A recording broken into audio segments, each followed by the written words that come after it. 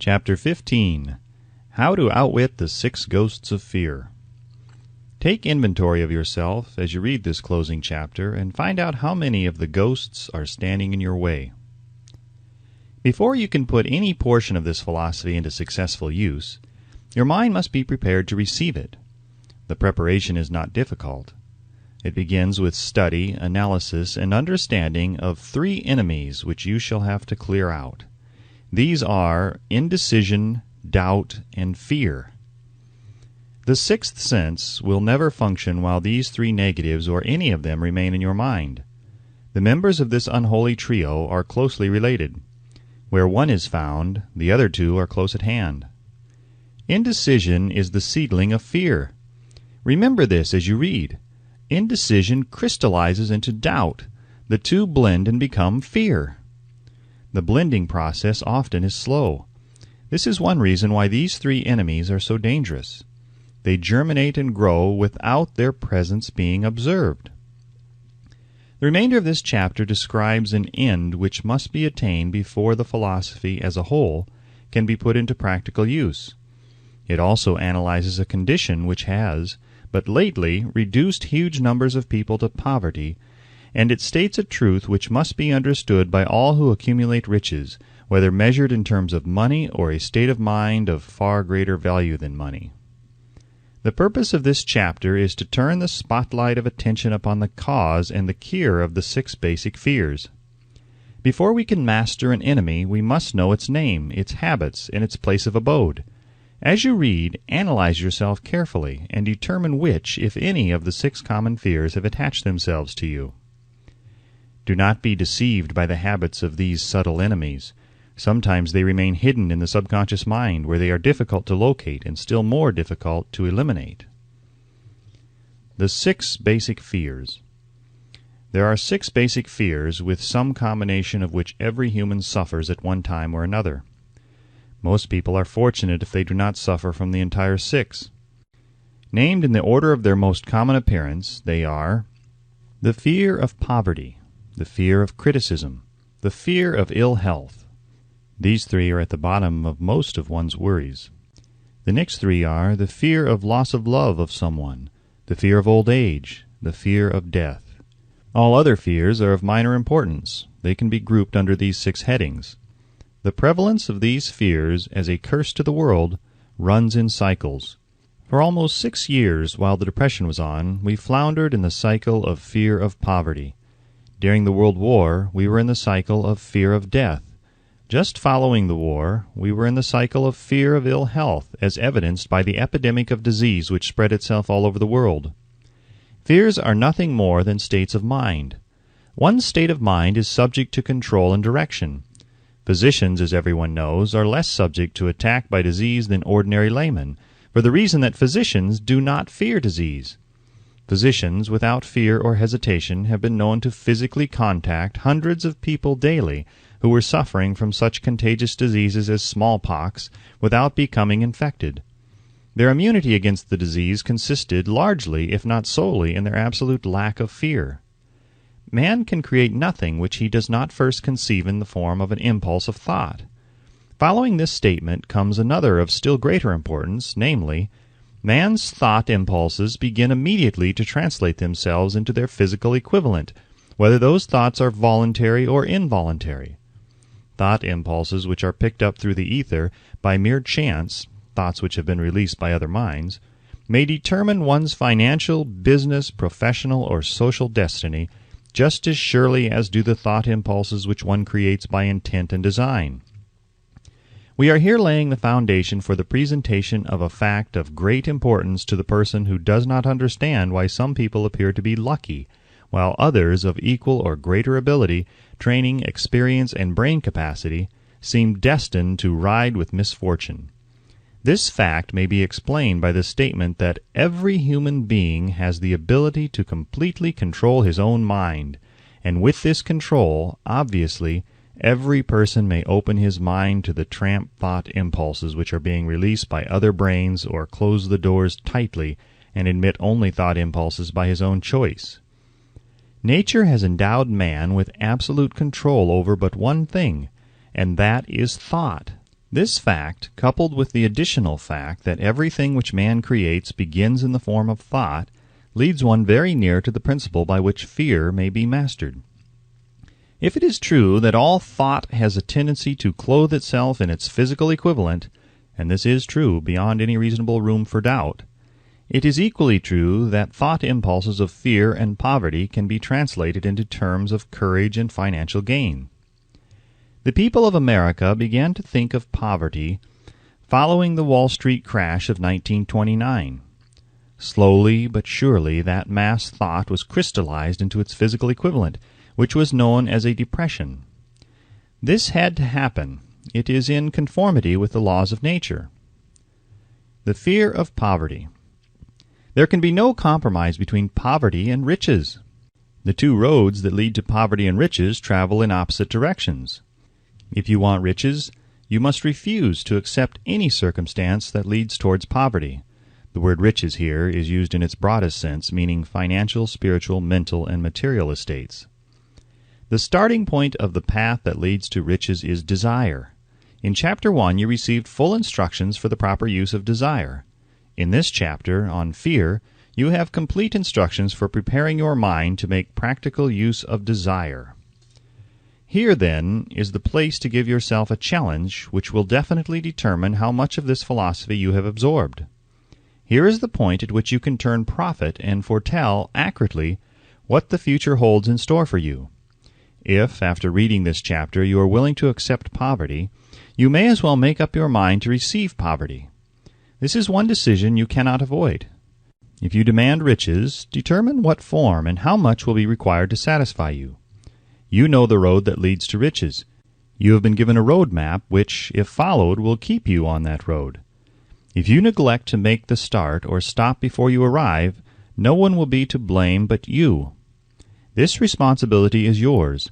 No alibi will save you from accepting the responsibility if you now fail or refuse to demand riches of life, because the acceptance calls for but one thing, incidentally, the only thing you can control, and that is a state of mind. A state of mind is something that one assumes. It cannot be purchased. It must be created. Fear of poverty is a state of mind, nothing else. But it is sufficient to destroy one's chances of achievement in any undertaking, a truth which became painfully evident during the Depression.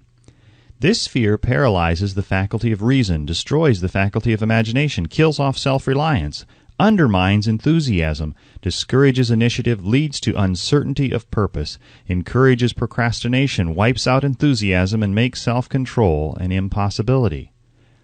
It takes the charm from one's personality, destroys the possibility of accurate thinking, diverts concentration of effort, it masters persistence, turns the willpower into nothingness, destroys ambition, beclouds the memory, and invites failure in every conceivable form. It kills love and assassinates the finer emotions of the heart, discourages friendship and invites disaster in 100 forms, leads to sleeplessness, misery, and unhappiness. And all of this despite the obvious truth that we live in a world of overabundance of everything the heart could desire, with nothing standing between us and our desires excepting lack of a definite purpose. The fear of poverty is, without doubt, the most destructive of the 6 basic fears. It has been placed at the head of the list because it is the most difficult to master. Considerable courage is required to state the truth about the origin of this fear, and still greater courage to accept the truth after it has been stated. The fear of poverty grew out of man's inherited tendency to prey upon his fellow man economically. Nearly all animals lower than man are motivated by instinct, but their capacity to think is limited. Therefore, they prey upon one another physically. Man, with his superior sense of intuition, with the capacity to think and to reason, does not eat his fellow man bodily. He gets more satisfaction out of eating him financially. Man is so avaricious that every conceivable law has been passed to safeguard him from his fellow man. Of all the ages of the world of which we know anything, the age in which we live seems to be one that is outstanding because of man's money madness. A man is considered less than the dust of the earth unless he can display a fat bank account. But if he has money, never mind how he acquired it. He is a king or a big shot. He is above the law. He rules in politics. He dominates in business, and the whole world about him bows in respect when he passes. Nothing brings man so much suffering and humility as poverty. Only those who have experienced poverty understand the full meaning of this. It is no wonder that man fears poverty. Through a long line of inherited experiences, man has learned, for sure, that some men cannot be trusted where matters of money and earthly possessions are concerned. This is a rather stinging indictment, the worst part of it being that it is true. The majority of marriages are motivated by the wealth possessed by one or both of the contracting parties. It is no wonder, therefore, that the divorce courts are busy. So eager is man to possess wealth that he will acquire it in whatever manner he can, through legal methods if possible, through other methods if necessary or expedient. Self-analysis may disclose weaknesses which one does not like to acknowledge. This form of examination is essential to all who demand of life more than mediocrity and poverty. Remember as you check yourself point by point that you are both the court and the jury, the prosecuting attorney and the attorney for the defense, and that you are the plaintiff and the defendant, also that you are on trial. Face the facts squarely. Ask yourself definite questions and demand direct replies. When the examination is over, you will know more about yourself. If you do not feel that you can be an impartial judge in this self-examination, call upon someone who knows you well to serve as judge while you cross-examine yourself. You are after the truth. Get it, no matter at what cost, even though it may temporarily embarrass you. The majority of people, if asked what they fear most, would reply, "I fear nothing." The reply would be inaccurate, because few people realize that they are bound, handicapped, whipped spiritually and physically through some form of fear. So subtle and deeply seated is the emotion of fear that one may go through life burdened with it, never recognizing its presence. Only a courageous analysis will disclose the presence of this universal enemy. When you begin such an analysis, search deeply into your character. Here is a list of the symptoms for which you should look. Symptoms of the fear of poverty. Indifference, commonly expressed through lack of ambition, willingness to tolerate poverty. Acceptance of whatever compensation life may offer without protest. Mental and physical laziness, lack of initiative, imagination, enthusiasm, and self-control. Indecision, the habit of permitting others to do one's thinking, staying on the fence. Doubt, generally expressed through alibis and excuses designed to cover up, explain away, or apologize for one's failures, sometimes expressed in the form of envy of those who are successful or by criticizing them.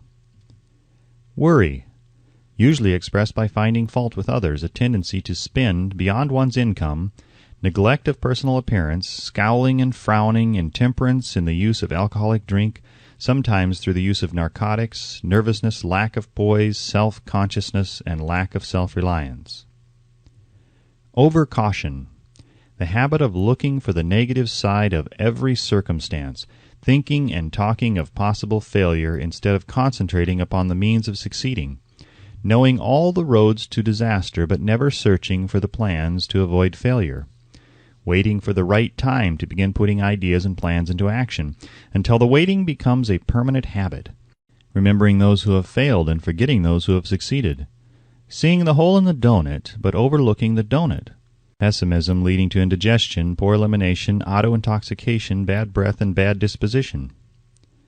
Procrastination, the habit of putting off until tomorrow that which should have been done last year, spending enough time in creating alibis and excuses to have done the job. This symptom is closely related to over-caution, doubt, and worry, refusal to accept responsibility when it can be avoided, willingness to compromise rather than put up a stiff fight, compromising with difficulties instead of harnessing and using them as stepping stones to advancement, bargaining with life for a penny instead of demanding prosperity, opulence, riches, contentment, and happiness, planning what to do if and when overtaken by failure instead of burning all bridges and making retreat impossible, weakness of and often total lack of self-confidence, definiteness of purpose, self-control, initiative, enthusiasm, ambition, thrift, and sound reasoning ability, expecting poverty instead of demanding riches, association with those who accept poverty instead of seeking the company of those who demand and receive riches. Money talks. Some will ask, Why did you write a book about money? Why measure riches in dollars alone? Some will believe, and rightly so, that there are other forms of riches more desirable than money. Yes, there are riches which cannot be measured in terms of dollars, but there are millions of people who will say, "Give me all the money I need and I will find everything else I want." The major reason why I wrote this book on how to get money is the fact that the world has but lately passed through an experience that left millions of men and women paralyzed with the fear of poverty. What this sort of fear does to one was well described by Westbrook Pegler in the New York World Telegram as follows. Money is only clamshells or metal discs or scraps of paper, and there are treasures of the heart and soul which money cannot buy. But most people, being broke, are unable to keep this in mind and sustain their spirits. When a man is down and out and on the street, unable to get any job at all, something happens to his spirit which can be observed in the droop of his shoulders, the set of his hat, his walk, and his gaze. He cannot escape a feeling of inferiority among people with regular employment, even though he knows they are definitely not his equals in character, intelligence, or ability. These people, even his friends, feel, on the other hand, a sense of superiority and regard him, perhaps unconsciously, as a casualty. He may borrow for a time, but not enough to carry on in his accustomed way, and he cannot continue to borrow very long. But borrowing in itself, when a man is borrowing merely to live, is a depressing experience, and the money lacks the power of earned money to revive his spirits. Of course, none of this applies to bums or habitual ne'er-do-wells, but only to men of normal ambitions and self-respect. Women conceal despair. Women in the same predicament must be different. We somehow do not think of women at all in considering the down-and-outers. They are scarce in the bread lines, they rarely are seen begging on the streets, and they are not recognizable in crowds by the same plain signs which identify busted men. Of course, I do not mean the shuffling hags of the city streets or the opposite number of the confirmed male bums. I mean reasonably young, decent, and intelligent women. There must be many of them, but their despair is not apparent. When a man is down and out, he has time on his hands for brooding. He may travel miles to see a man about a job and discover that the job is filled, or that it is one of those jobs with no base pay but only a commission on the sale of some useless knick-knack which nobody would buy except out of pity. Turning that down, he finds himself back on the street with nowhere to go but just anywhere. So he walks and walks. He gazes into store windows at luxuries which are not for him, and feels inferior and gives way to people who stop to look with an active interest. He wanders into the railroad station or puts himself down in the library to ease his legs and soak up a little heat, but that isn't looking for a job, so he gets going again. He may not know it, but his aimlessness would give him away, even if the very lines of his figure did not. He may be well dressed in the clothes left over from the days when he had a steady job, but the clothes cannot disguise the droop. Money makes difference. He sees thousands of other people, bookkeepers or clerks or chemists or wagon hands, busy at their work, and envies them from the bottom of his soul. They have their independence, their self-respect and manhood, and he simply cannot convince himself that he is a good man too, though he argue it out and arrive at a favorable verdict hour after hour. It is just money which makes this difference in him. With a little money he would be himself again. Some employers take the most shocking advantage of people who are down and out. The agencies hang out little colored cards offering miserable wages to busted men. $12 a week, $15 a week, an $18 a week job is a plum, and anyone with a $25 a week to offer does not hang the job in front of an agency on a colored card. I have a want ad clipped from the local newspaper demanding a clerk, a good clean penman, to take telephone orders for a sandwich shop from 11 a.m. to 2 p.m. for $8 a month. Not $8 a week, but $8 a month. The ad says also, state religion. Can you imagine the brutal effrontery of anyone who demands a good clean penman for 11 cents an hour, inquiring into the victim's religion? But that is what busted people are offered. The fear of criticism. Just how man originally came by this fear no one can state definitely, but one thing is certain. He has it in a highly developed form. Some believe that this fear made its appearance about the time that politics became a profession. Others believe it can be traced to the age when women first began to concern themselves with styles in wearing apparel. The author, being neither a humorist nor a prophet, is inclined to attribute the basic fear of criticism to that part of man's inherited nature which prompts him not only to take away his fellow man's goods and wares, but to justify his action by criticism of his fellow man's character. It is a well-known fact that a thief will criticize the man from whom he steals, that politicians seek office not by displaying their own virtues and qualifications, but by attempting to besmirch their opponents. The fear of criticism takes on many forms, the majority of which are petty and trivial. Men obviously fear criticism, but it must not be supposed that women are free from this fear. If any woman claims to be superior to man with reference to this fear, ask her to walk down the street wearing a hat of the vintage of 1890. The astute manufacturers of clothing have not been slow to capitalize this basic fear of criticism, with which all mankind has been cursed. Every season the styles in many articles of wearing apparel change. Who establishes the styles? Certainly not the purchaser of clothing, but the manufacturer. Why does he change styles so often? The answer is obvious. He changes the styles so he can sell more clothes. For the same reason, the manufacturers of automobiles, with a few rare and very sensible exceptions, change styles of models every season. No man wants to drive an automobile which is not of the latest style, although the older model may actually be the better car. We have been describing the manner in which people behave under the influence of fear of criticism, as applied to the small and petty things of life. Let us now examine human behavior when this fear affects people in connection with the more important events of human relationship. Take, for example, practically any person who has reached the age of mental maturity, from 35 to 40 years of age as a general average, and if you could read the secret thoughts of his mind, you would find a very decided disbelief in most of the fables taught by the majority of the dogmatists and theologians of a few decades back. Not often, however, you will find a person who has the courage to openly state his belief on this subject. Most people will, if pressed far enough, tell a lie rather than admit that they do not believe the stories associated with that form of religion which held people in bondage prior to the age of scientific discovery and education. Why does the average person, even in this day of enlightenment, shy away from denying his belief in the fables which were the basis of most of the religions a few decades ago? The answer is because of the fear of criticism. Men and women have been burned at the stake for daring to express disbelief in ghosts. It is no wonder we have inherited a consciousness which makes us fear criticism. The time was, and not so far in the past, when criticism carried severe punishments. It still does in some countries.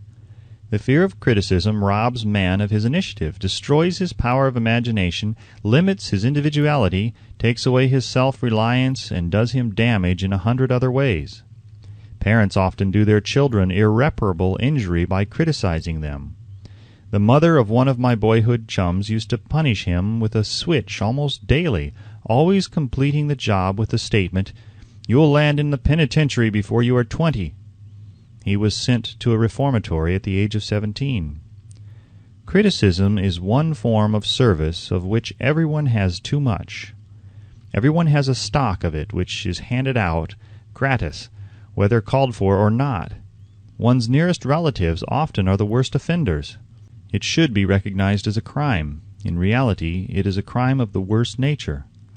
For any parent to build inferiority complexes in the mind of a child through unnecessary criticism. Employers who understand human nature get the best there is in men, not by criticism, but by constructive suggestion. Parents may accomplish the same results with their children. Criticism will plant fear in the human heart or resentment, but it will not build love or affection. Symptoms of the fear of criticism. This fear is almost as universal as the fear of poverty, and its effects are just as fatal to personal achievement, mainly because this fear destroys initiative and discourages the use of imagination. The major symptoms of the fear are anxiousness, generally expressed through nervousness, timidity in conversation and in meeting strangers, awkward moments of the hands and limbs, shifting of the eyes. Lack of poise. expressed through lack of voice control, nervousness in the presence of others, poor posture of body, poor memory. Personality, lacking in firmness of decision, personal charm, and the ability to express opinions definitely. The habit of sidestepping issues instead of meeting them squarely, agreeing with others without careful examination of their opinions. Inferiority complex, the habit of expressing self-approval by word of mouth and by actions as a means of covering up a feeling of inferiority.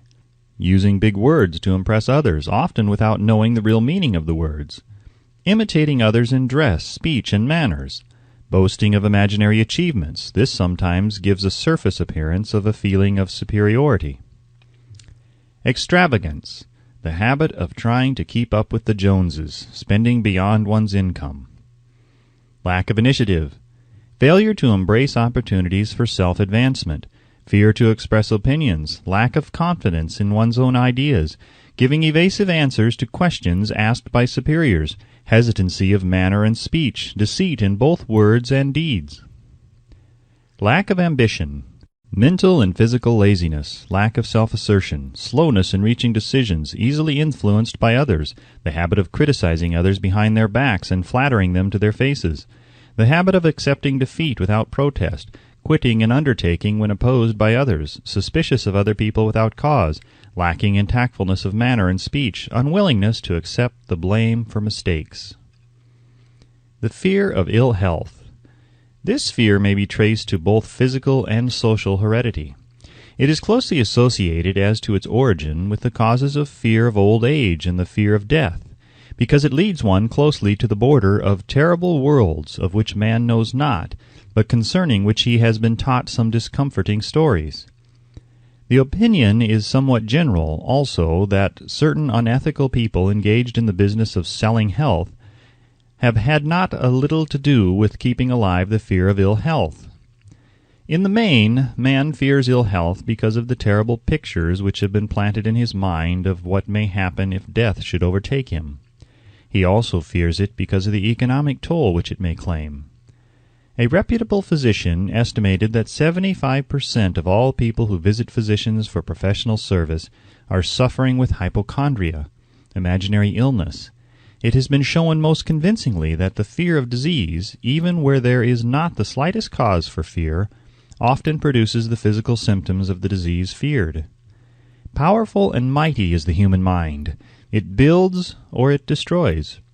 During the flu epidemic which broke out during the World War, the mayor of New York City took drastic steps to check the damage which people were doing themselves through their inherent fear of ill health. He called in the newspaper men and said to them, "Gentlemen, I feel it is necessary to ask you not to publish any scare headlines concerning the flu epidemic. Unless you cooperate with me, we will have a situation which we cannot control."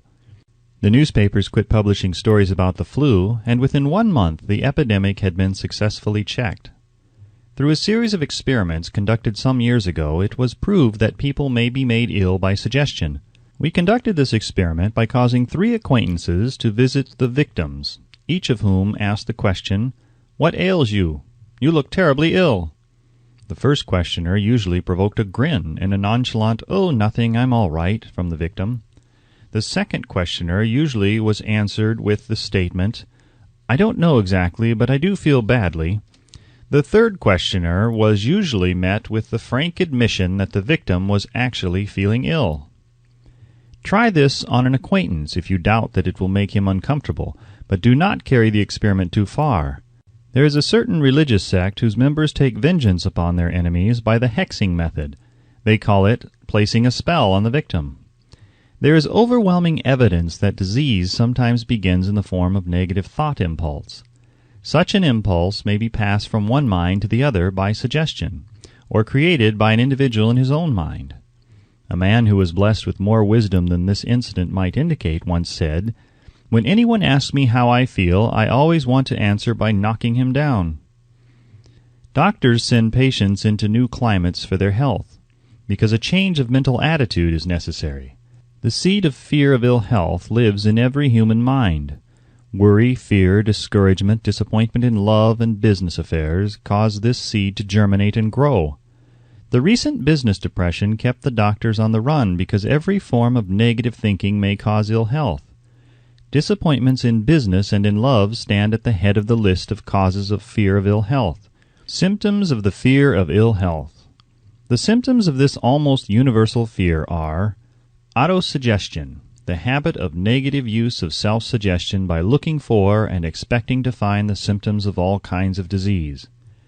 Enjoying imaginary illness and speaking of it as being real, the habit of trying all fads and isms recommended by others as having therapeutic value, talking to others of operations, accidents, and other forms of illness, experimenting with diets, physical exercises, reducing systems without professional guidance, trying home remedies, patent medicines, and quack remedies. Hypochondria, the habit of talking of illness, concentrating the mind upon disease, and expecting its appearance until a nervous break occurs. Nothing that comes in bottles can cure this condition. It is brought on by negative thinking, and nothing but positive thought can effect a cure. Hypochondria, a medical term for imaginary disease, is said to do as much damage on occasion as the disease one fears might do. Most so-called cases of nerves comes from imaginary illness. Exercise. Fear of ill health often interferes with proper physical exercise and results in overweight by causing one to avoid outdoor life. Susceptibility. Fear of ill health breaks down nature's body resistance and creates a favorable condition for any form of disease one may contact. The fear of ill health often is related to the fear of poverty, especially in the case of hypochondriac who constantly worries about the possibility of having to pay doctor bills, hospital bills, etc. This type of person spends much time preparing for sickness, talking about death, saving money for cemetery lots and burial expenses, etc. Self-coddling. The habit of making a bid for sympathy, using imaginary illness as the lure. People often resort to this trick to avoid work. The habit of feigning illness to cover plain laziness or to serve as an alibi for lack of ambition. Intemperance. The habit of using alcohol or narcotics to destroy pains such as headaches, neuralgia, etc., instead of eliminating the cause. The habit of reading about illness and worrying over the possibility of being stricken by it. The habit of reading patent medicine advertisements. The fear of loss of love. The original source of this inherent fear needs but little description because it obviously grew out of man's polygamous habit of stealing his fellow man's mate and his habit of taking liberties with her wherever he could. Jealousy and other similar forms of dementia praecox grow out of man's inherited fear of the loss of love of someone. This fear is the most painful of all the 6 basic fears. It probably plays more havoc with the body and mind than any of the other basic fears, as it often leads to permanent insanity. The fear of the loss of love probably dates back to the Stone Age, when men stole women by brutal force. They continue to steal females, but their technique has changed. Instead of force, they now use persuasion, the promise of pretty clothes, motor cars, and other bait much more effective than physical force. Man's habits are the same as they were at the dawn of civilization, but he expresses them differently. Careful analysis has shown that women are more susceptible to this fear than men. This fact is easily explained. Women have learned from experience that men are polygamous by nature, that they are not to be trusted in the hands of rivals. Symptoms of the fear of loss of love. The distinguishing symptoms of this fear are jealousy, the habit of being suspicious of friends and loved ones without any reasonable evidence of sufficient grounds. Jealousy is a form of dementia praecox, which sometimes becomes violent without the slightest cause. The habit of accusing wife or husband of infidelity without grounds, general suspicion of everyone, absolute faith in no one. Fault-finding, the habit of finding fault with friends, relatives, business associates, and loved ones upon the slightest provocation or without any cause whatsoever. Gambling, the habit of gambling, stealing, cheating, and otherwise taking hazardous chances to provide money for loved ones with the belief that love can be bought. The habit of spending beyond one's means or incurring debts to provide gifts for loved ones with the object of making a favorable showing. insomnia, nervousness, lack of persistence, weakness of will, lack of self-control, lack of self-reliance, bad temper. The fear of old age. In the main, this fear grows out of two sources. First, the thought that old age may bring with it poverty. Secondly, and by far the most common source of origin, from false and cruel teachings of the past which have been too well mixed with fire and brimstone and other bogies cunningly designed to enslave men through fear.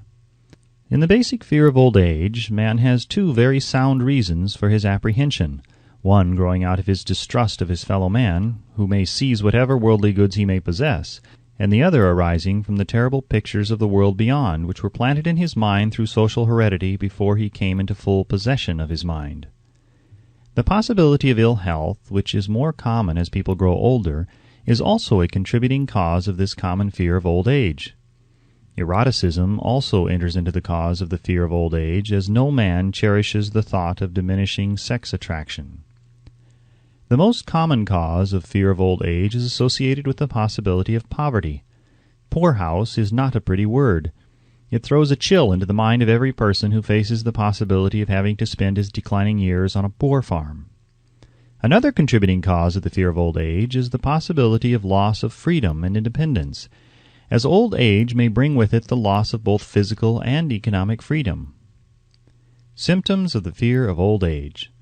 The most common symptoms of this fear are the tendency to slow down and develop an inferiority complex at the age of mental maturity, around the age of 40, falsely believing oneself to be slipping because of age.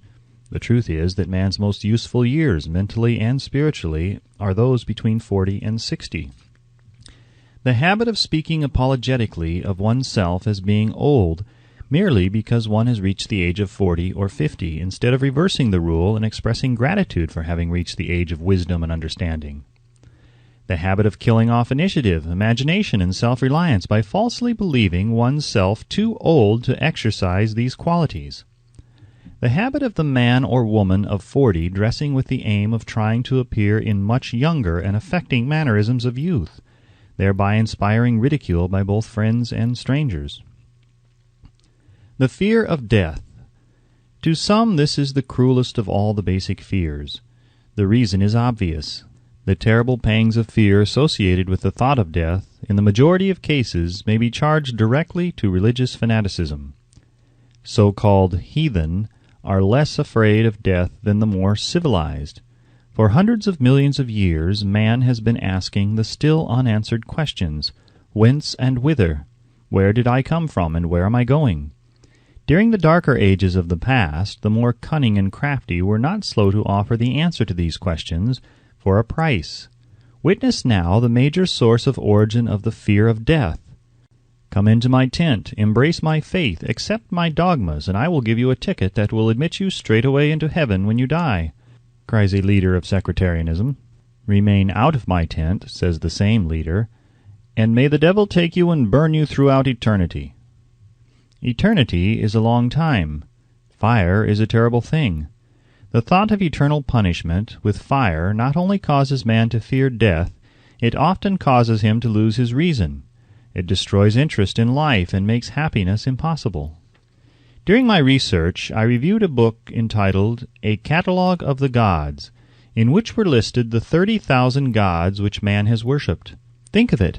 30,000 of them, represented by everything from a crawfish to a man. It is little wonder that men have become frightened at the approach of death. While the religious leader may not be able to provide safe conduct into heaven, nor by lack of such provision allow the unfortunate to descend into hell, the possibility of the latter seems so terrible that the very thought of it lays hold of the imagination in such a realistic way that it paralyzes reason and sets up the fear of death. In truth, no man knows, and no man has ever known, what heaven or hell is like, nor does any man know if either place actually exists. This lack of positive knowledge opens the door of the human mind to the charlatan, so he may enter and control that mind with his stock of legerdemain and various brands of pious fraud and trickery. The fear of death is not as common now as it was during the age when there were no great colleges and universities. Men of science have turned the spotlight of truth upon the world, and this truth is rapidly freeing men and women from this terrible fear of death. The young men and young women who attend the colleges and universities are not easily impressed by fire and brimstone. Through the aid of biology, astronomy, geology, and other related sciences, the fear of the Dark Ages, which gripped the minds of men and destroyed their reason, has been dispelled. Insane asylums are filled with men and women who have gone mad because of the fear of death. This fear is useless. Death will come, no matter what anyone may think about it. Accept it as a necessity and pass the thought out of your mind. It must be a necessity, or it would not come to at all. Perhaps it is not as bad as it has been pictured. The entire world is made up of only two things, energy and matter. In elementary physics we learn that neither matter nor energy, the only two realities known to man, can be created nor destroyed. Both matter and energy can be transformed, but neither can be destroyed. Life is energy, if it is anything. If neither energy nor matter can be destroyed, of course life cannot be destroyed. Life, like other forms of energy, may be passed through various processes of transition or change, but it cannot be destroyed. Death is mere transition. If death is not mere change or transition, then nothing comes after death except a long, eternal, peaceful sleep, and sleep is nothing to be feared. Thus, you may wipe out forever the fear of death. Symptoms of the fear of death. The general symptoms of this fear are the habit of thinking about dying instead of making the most of life, due generally to lack of purpose or lack of a suitable occupation. This fear is more prevalent among the aged, but sometimes the more youthful are victims of it. The greatest of all remedies for the fear of death is a burning desire for achievement, backed by useful service to others. A busy person seldom has time to think about dying. He finds life too thrilling to worry about death. Sometimes the fear of death is closely associated with the fear of poverty, where one's death would leave loved ones poverty-stricken. In other cases, the fear of death is caused by illness and the consequent breaking down of physical body resistance. The commonest causes of the fear of death are ill health, poverty, lack of appropriate occupation, disappointment over love, insanity, and religious fanaticism. Old man worry. Worry is a state of mind based upon fear. It works slowly but persistently. It is insidious and subtle. Step by step it digs itself in until it paralyzes one's reasoning faculty, destroys self-confidence and initiative. Worry is a form of sustained fear caused by indecision, and therefore it is a state of mind which can be controlled. An unsettled mind is helpless. Indecision makes an unsettled mind. Most individuals lack the willpower to reach decisions promptly and to stand by them after they have been made, even during normal business conditions. During periods of economic unrest, such as the world recently experienced, the individual is handicapped, not alone by his inherent nature to be slow at reaching decisions, but he is influenced by the indecision of others around him who have created a state of mass indecision. During the Depression, the whole atmosphere all over the world was filled with pharynxa and worryitis, the two mental disease germs which began to spread themselves after the Wall Street frenzy in 1929. There is only one known antidote for these germs. It is the habit of prompt and firm decision. Moreover, it is an antidote which every individual must apply for himself. We do not worry over conditions once we have reached a decision to follow a definite line of action. I once interviewed a man who was to be electrocuted 2 hours later. The condemned man was the calmest of some 8 men who were in the death cell with him. His calmness prompted me to ask him how it felt to know that he was going into eternity in a short while. With a smile of confidence on his face, he said, "It feels fine. Just think, brother, my troubles will soon be over. I have had nothing but trouble all my life. It has been a hardship to get food and clothing. Soon I will not need these things. I have felt fine ever since I learned for certain that I must die. I made up my mind then to accept my fate in good spirit." As he spoke, he devoured a dinner of proportions sufficient for 3 men, eating every mouthful of the food brought to him, and apparently enjoying it as much as if no disaster awaited him. Decision gave this man resignation to his fate. Decision can also prevent one's acceptance of undesired circumstances. The 6 basic fears become translated into a state of worry through indecision. Relieve yourself forever of the fear of death by reaching a decision to accept death as an inescapable event. Whip the fear of poverty by reaching a decision to get along with whatever wealth you can accumulate without worry. Put your foot upon the neck of the fear of criticism by reaching a decision not to worry about what other people think, do, or say. Eliminate the fear of old age by reaching a decision to accept it, not as a handicap, but as a great blessing which carries with it wisdom, self-control, and understanding not known to youth. Acquit yourself of the fear of ill health by the decision to forget symptoms. Master the fear of loss of love by reaching a decision to get along without love, if that is necessary. Kill the habit of worry in all its forms by reaching a general blanket decision that nothing which life has to offer is worth the price of worry. With this decision will come poise, peace of mind, and calmness of thought, which will bring happiness. A man whose mind is filled with fear not only destroys his own chances of intelligent action, but he transmits these destructive vibrations to the minds of all who come into contact with him, and destroys also their chances. Even a dog or a horse knows when its master lacks courage. Moreover, a dog or horse will pick up the vibrations of fear thrown off by its master and behave accordingly. Lower down the line of intelligence in the animal kingdom, one finds the same capacity to pick up the vibrations of fear. A honeybee immediately senses fear in the mind of a person for reasons unknown. A bee will sting the person whose mind is releasing vibrations of fear much more readily than it will molest the person whose mind registers no fear. The vibrations of fear pass from one mind to another just as quickly and surely as the sound of the human voice passes from the broadcasting station to the receiving set of a radio, and by the selfsame medium. Mental telepathy is a reality. Thoughts pass from one mind to another voluntarily, whether or not this fact is recognized by either the person releasing the thoughts or the persons who pick up these thoughts. The person who gives expression by word of mouth to negative or destructive thoughts is practically certain to experience the results of those words in the form of a destructive kickback. The release of destructive thought impulses alone, without the aid of words, produces also a kickback, in more ways than one. First of all, and perhaps most important to be remembered, the person who releases thoughts of a destructive nature must suffer damage through the breaking down of the faculty of creative imagination.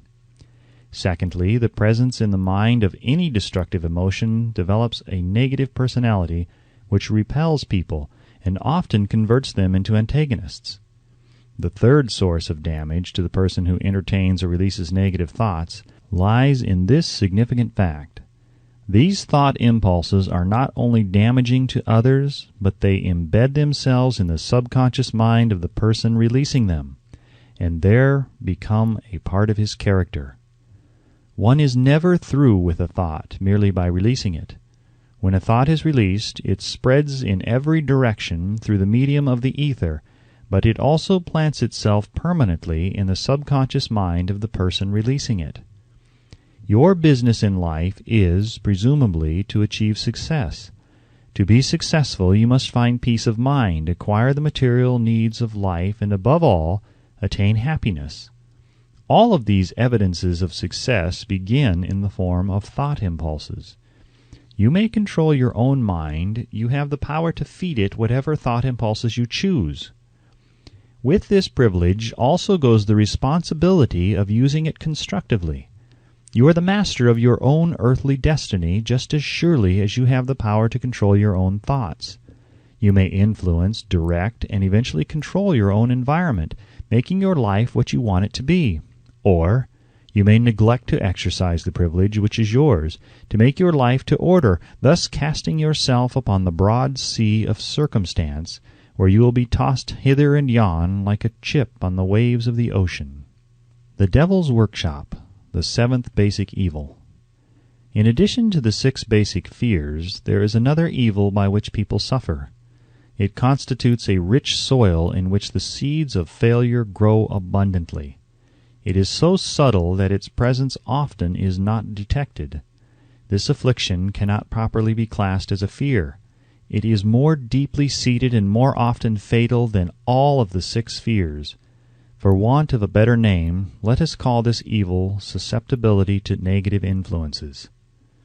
Men who accumulate great riches always protect themselves against this evil. The poverty-stricken never do. Those who succeed in any calling must prepare their minds to resist the evil. If you are reading this philosophy for the purpose of accumulating riches, you should examine yourself very carefully to determine whether you are susceptible to negative influences.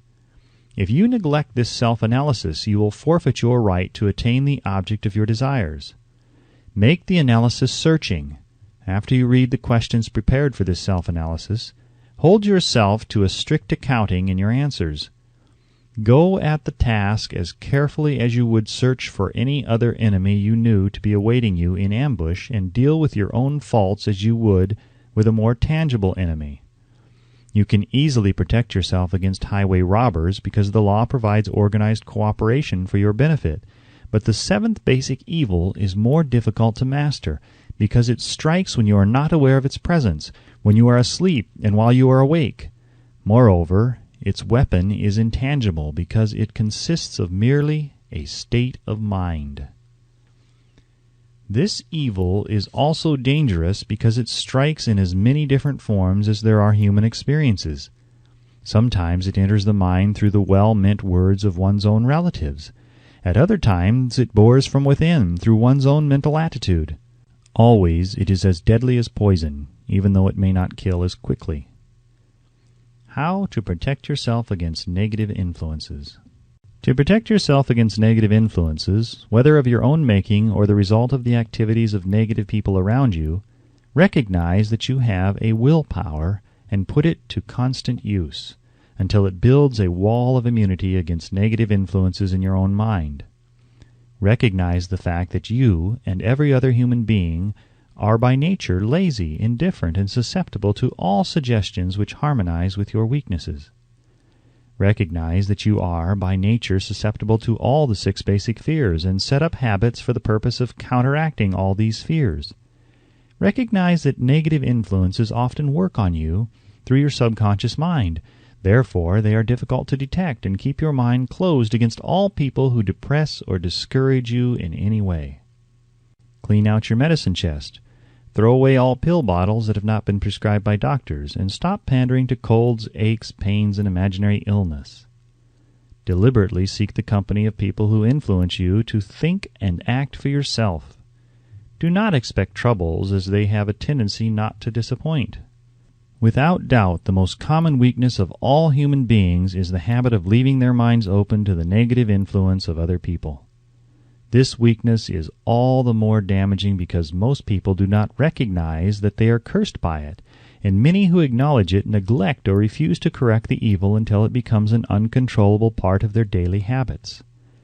To aid those who wish to see themselves as they really are, the following list of questions has been prepared.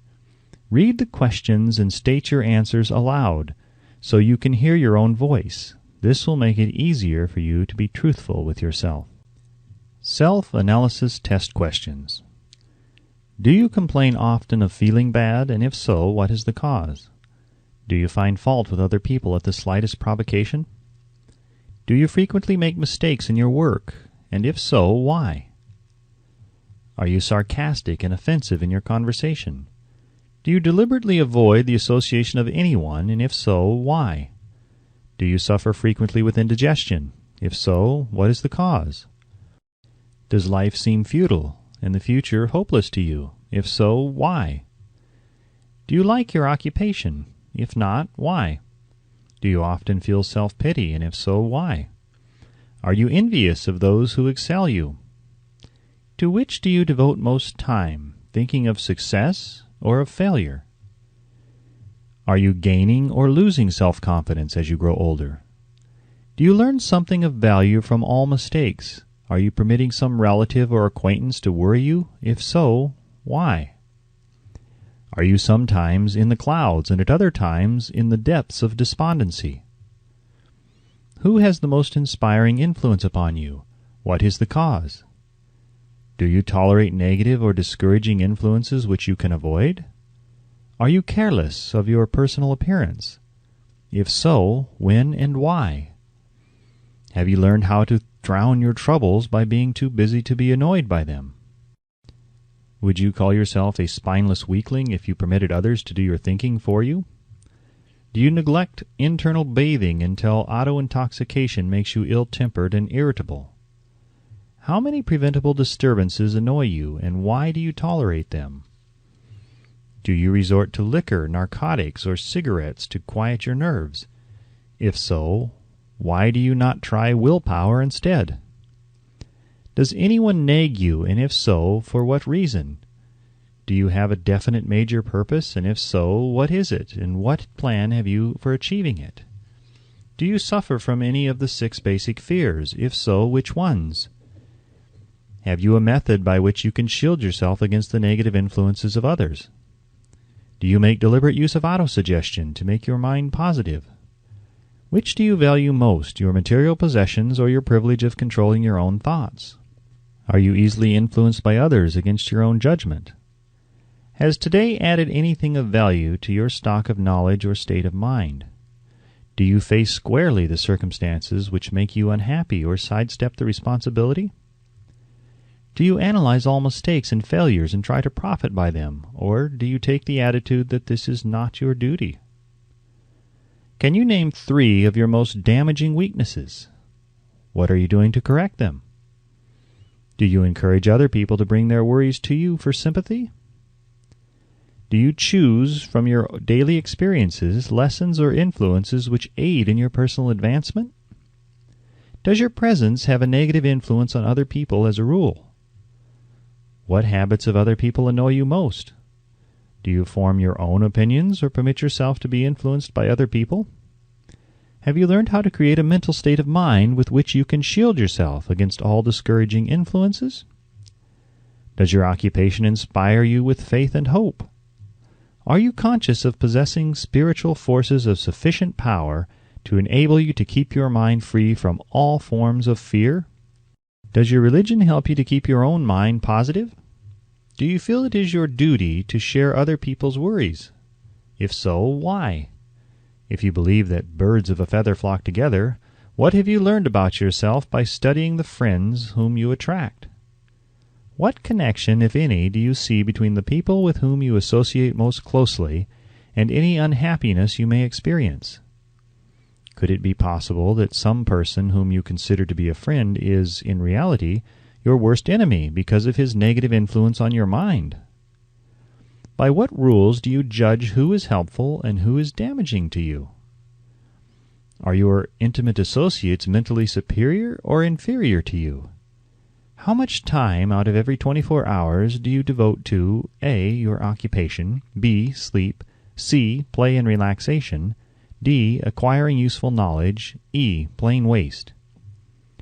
Who among your acquaintances A. encourages you the most, B. cautions you most, C. discourages you most, D. helps you most in other ways?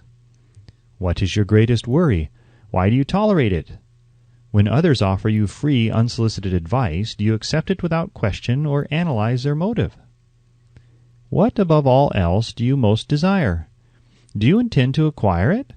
Are you willing to subordinate all other desires for this one? How much time daily do you devote to acquiring it? Do you change your mind often? If so, why? Do you usually finish everything you begin? Are you easily impressed by other people's business or professional titles, college degrees, or wealth? Are you easily influenced by what other people think or say of you? Do you cater to people because of their social or financial status? Whom do you believe to be the greatest person living? In what respect is this person superior to yourself? How much time have you devoted to studying and answering these questions? At least 1 day is necessary for the analysis and the answering of the entire list. If you have answered all these questions truthfully, you know more about yourself than the majority of people. Study the questions carefully, come back to them once each week for several months, and be astounded at the amount of additional knowledge of great value to yourself you will have gained by the simple method of answering the questions truthfully. If you are not certain concerning the answers to some of the questions, seek the counsel of those you know well, especially those who have no motive in flattering you, and see yourself through their eyes. The experience will be astonishing. You have absolute control over but one thing, and that is your thoughts. This is the most significant and inspiring of all facts known to man. It reflects man's divine nature. This divine prerogative is the sole means by which you may control your own destiny. If you fail to control your own mind, you may be sure you will control nothing else. If you must be careless with your possessions, let it be in connection with material things. Your mind is your spiritual estate. Protect and use it with the care to which divine royalty is entitled. You were given a will power for this purpose. Unfortunately, there is no legal protection against those who, either by design or ignorance, poison the minds of others by negative suggestion. This form of destruction should be punishable by heavy legal penalties, because it may and often does destroy one's chances of acquiring material things which are protected by law. Men with negative minds tried to convince Thomas A. Edison that he could not build a machine that would record and reproduce the human voice, because, they said, no one else had ever produced such a machine. Edison did not believe them. He knew that the mind could produce anything the mind could conceive and believe, and that knowledge was the thing that lifted the great Edison above the common herd. Men with negative minds told F.W. Woolworth he would go broke trying to run a store on 5 and 10-cent sales. He did not believe them. He knew that he could do anything within reason if he backed his plans with faith. Exercising his right to keep other men's negative suggestions out of his mind, he piled up a fortune of more than $100 million. Men with negative minds told George Washington he could not hope to win against the vastly superior forces of the British, but he exercised his divine right to believe. Therefore, this book was published under the protection of the Stars and Stripes, while the name of Lord Cornwallis has been all but forgotten. Doubting Thomases scoffed scornfully when Henry Ford tried out his first crudely built automobile on the streets of Detroit. Some said the thing never would become practical. Others said no one would pay money for such a contraption. Ford said, "I'll belt the earth with dependable motor cars," and he did. His decision to trust his own judgment has already piled up a fortune far greater than the next 5 generations of his descendants can squander. For the benefit of those seeking vast riches, let it be remembered that practically the sole difference between Henry Ford and the majority of more than 100,000 men who work for him is this: Ford has a mind and controls it. The others have minds which they do not try to control. Henry Ford has been repeatedly mentioned because he is an astounding example of what a man with a mind of his own and a will to control it can accomplish. His record knocks the foundation from under that time-worn alibi, "I never had a chance." Ford never had a chance either, but he created an opportunity and backed it with persistence until it made him richer than Croesus. Mind control is a result of self-discipline and habit. You either control your mind or it controls you. There is no hallway compromise. The most practical of all methods for controlling the mind is the habit of keeping it busy with a definite purpose, backed by a definite plan. Study the record of any man who achieves noteworthy success, and you will observe that he has control over his own mind, moreover that he exercises that control and directs it toward the attainment of definite objectives. Without this control, success is not possible. 57 Famous Alibis by Old Man If. People who do not succeed have one distinguishing trait in common. They know all the reasons for failure, and have what they believe to be airtight alibis to explain away their own lack of achievement. Some of these alibis are clever, and a few of them are justifiable by the facts. But alibis cannot be used for money. The world wants to know only one thing: have you achieved success? A character analyst compiled a list of the most commonly used alibis. As you read the list, examine yourself carefully and determine how many of these alibis, if any, are your own property. Remember, too, the philosophy presented in this book makes every one of these alibis obsolete. If I didn't have a wife and family, if I had enough pull, if I had money, if I had a good education, if I could get a job, if I had good health, if only I had time, if times were better, if other people understood me, if conditions around me were only different, if I could live my life over again, if I did not fear what they would say, if I had been given a chance, if I now had a chance, if other people didn't have it in for me, if nothing happens to stop me, if I were only younger, if I could only do what I want, if I had been born rich, if I could meet the right people, if I had the talent that some people have, if I dared assert myself, if I only had embraced past opportunities, if people didn't get on my nerves, if I didn't have to keep house and look after the children, if I could save money, if the boss only appreciated me, if I only had somebody to help me,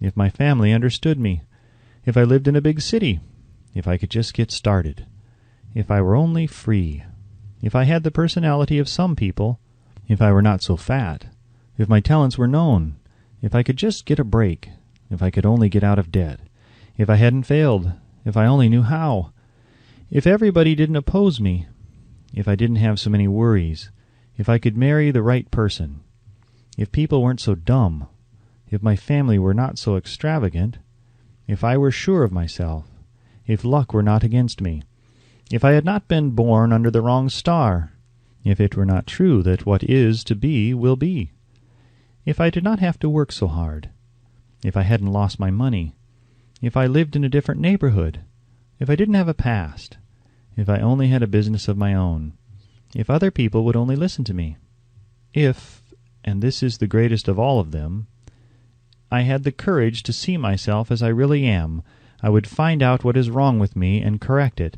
Then I might have a chance to profit by my mistakes and learn something from the experience of others.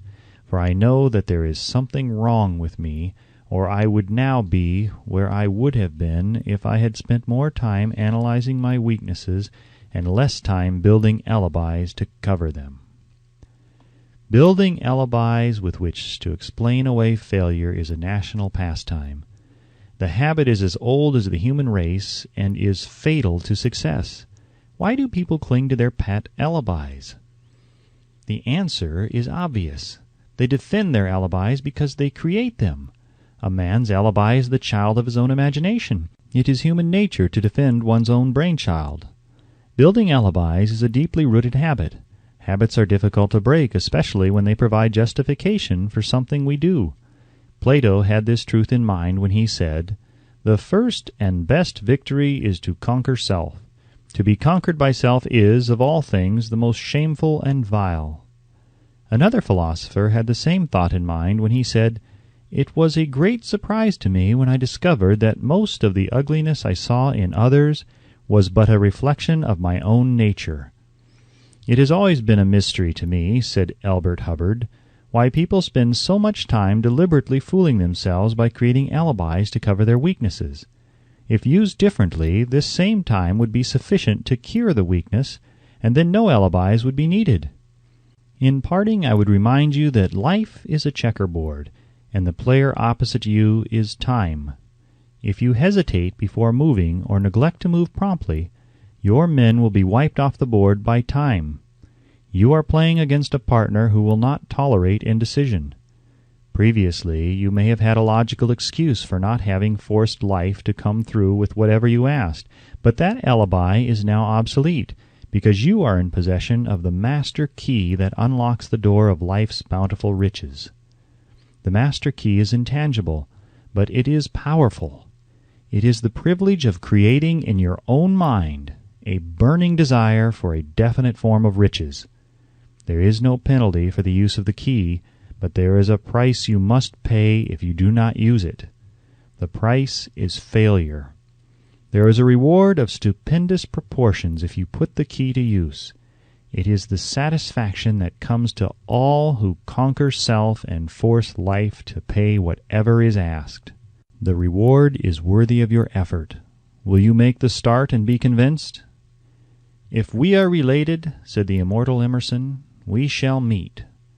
In closing, may I borrow this thought and say, if we are related, we have, through these pages, met. The end.